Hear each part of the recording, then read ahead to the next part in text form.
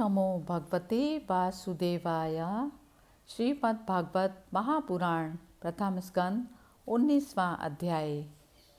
भगवान श्री नारद मुनि से कहते हैं, ना अहम वसामि वैकुंठे योगिनां हृदयेन च मद्भक्ता यत्र गायन्ति तत्र तिष्ठामि नारद।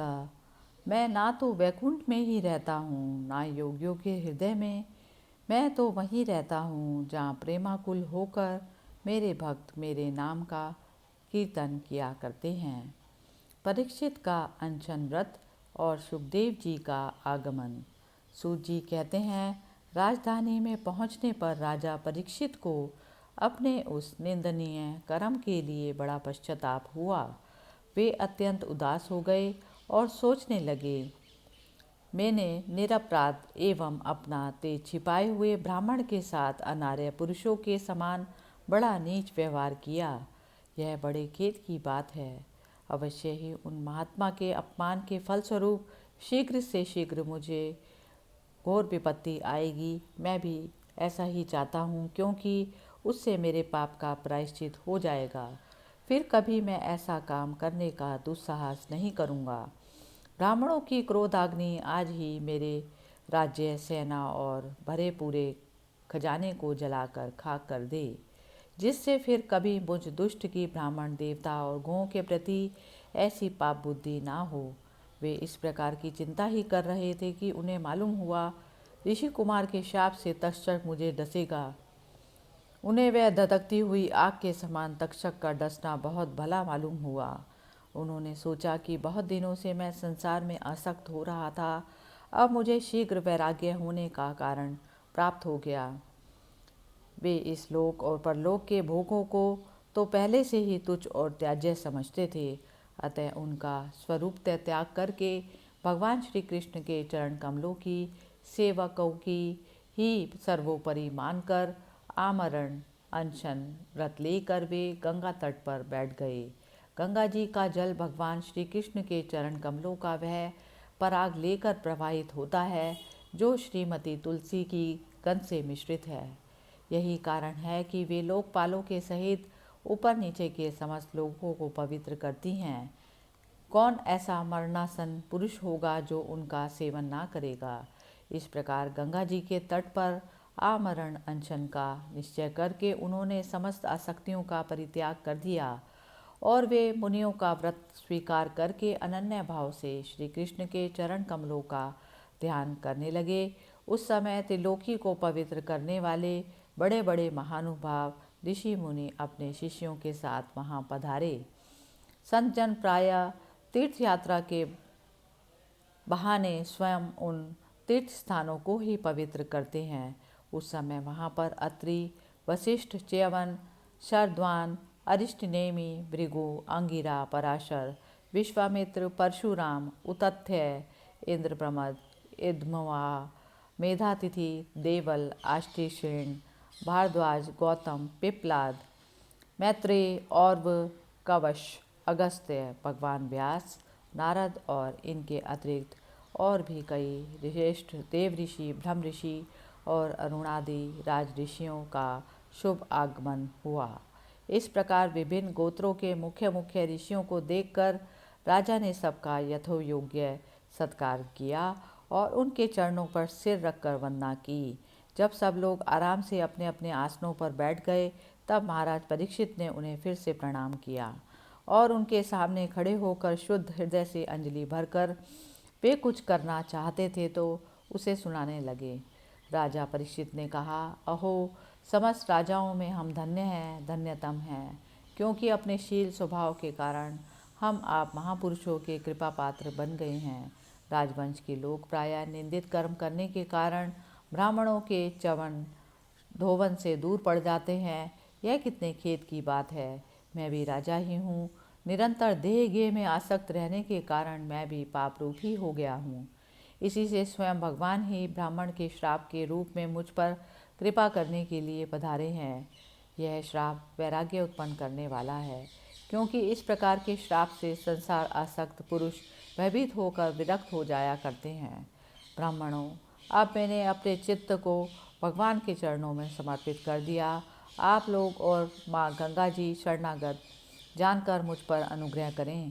ब्राह्मण कुमार के शाप से प्रेरित कोई दूसरा कपट से तक्षक का रूप धरकर मुझे डस ले अथवा स्वयं तक्षक आकर डस ले, इसकी मुझे तनिक भी परवाह नहीं है। आप लोग कृपा करके भगवान की रसमयी लीलाओं का गायन करें।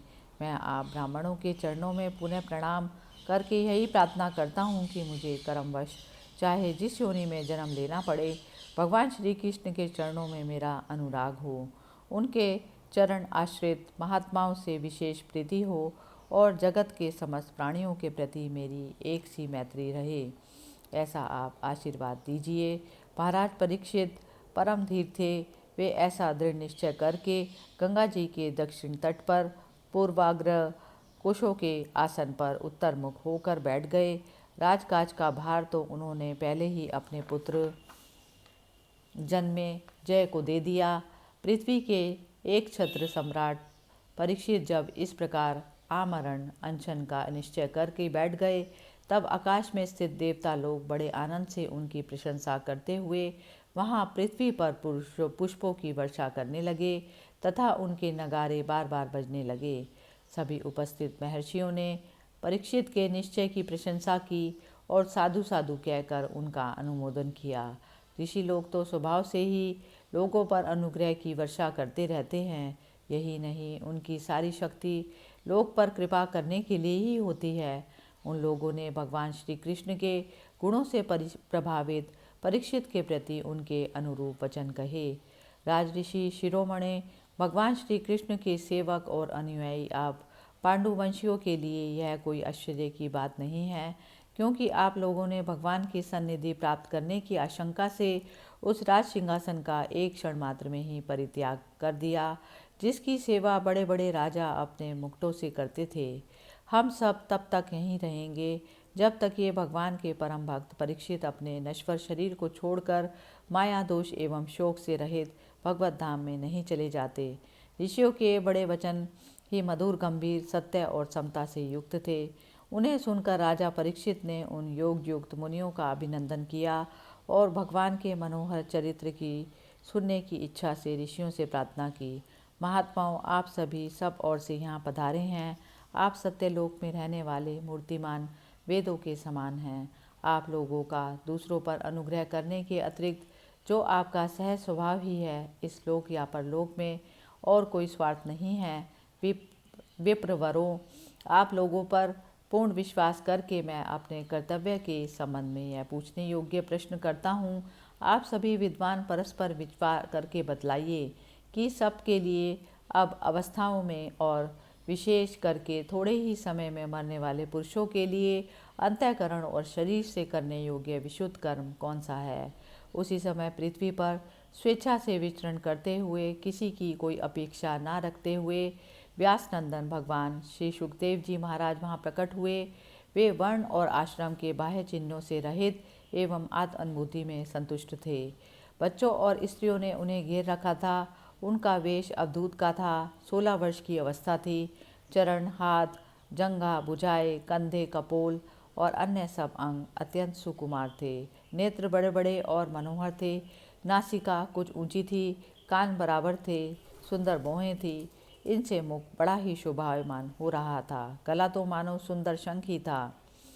हंसली ढकी हुई, छाती चौड़ी और उभरी हुई, नाभि भंवर के समान गहरी और उदर बड़ा ही सुंदर त्रिवली से युक्त था।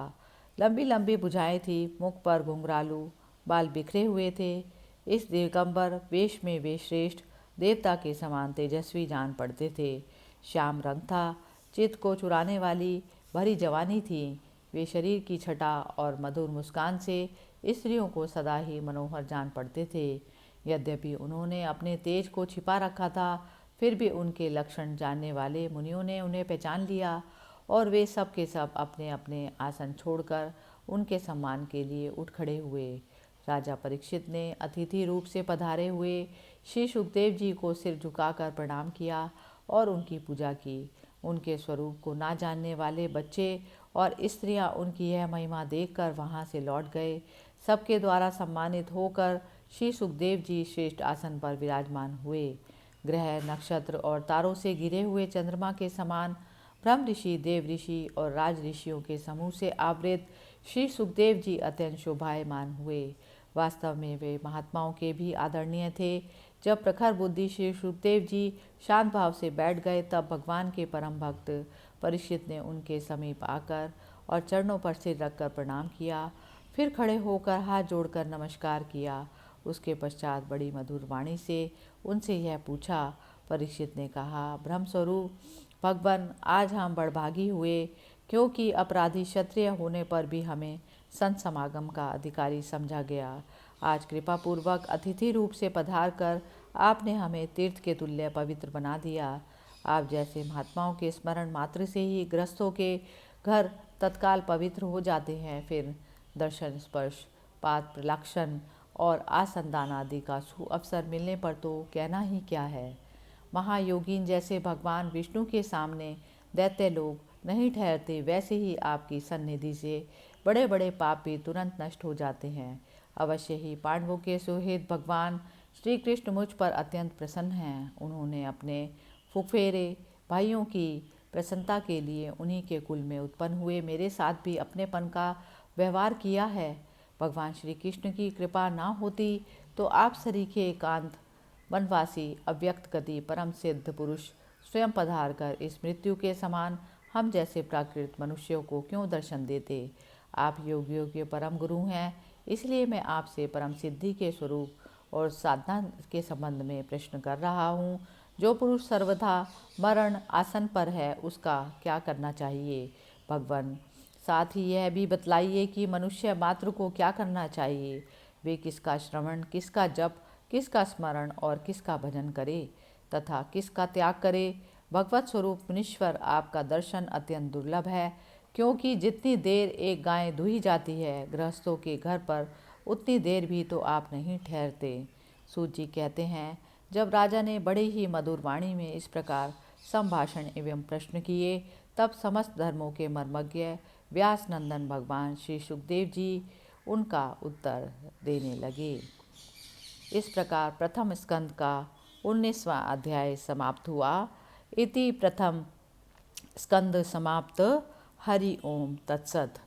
श्री कृष्ण गोविंद हरे मुरारी, हे नाथ नारायण वासुदेवा।